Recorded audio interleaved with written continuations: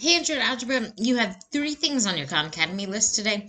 The first is this one, and that's a review. It's a quiz on Khan Academy, but for you, it's really practice for your progress check tomorrow. And then you have this practice on negative exponents, because that'll also be on your progress check.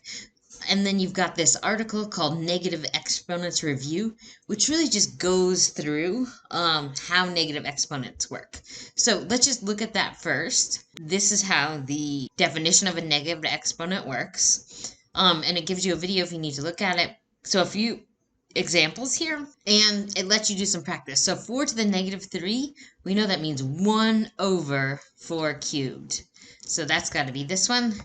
This talks about why negative exponents might work the way they work. And we did it in this way with the pattern. So if you notice that, like, 2 to the third equals 8. And so as we go down in exponents, 3, 2, 1, we're dividing by 2, dividing by 2, dividing by 2. So that makes sense that 2 to the 0 would be 1. And then if we divide by 2 again to get 2 to the negative 1, we get 1/2.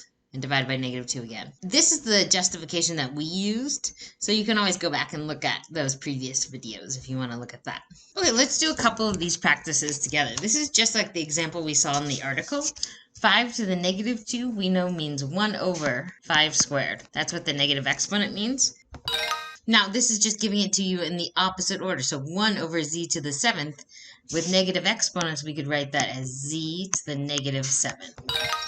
This is pretty straightforward, and tomorrow you'll have a 5-question progress check. You got it.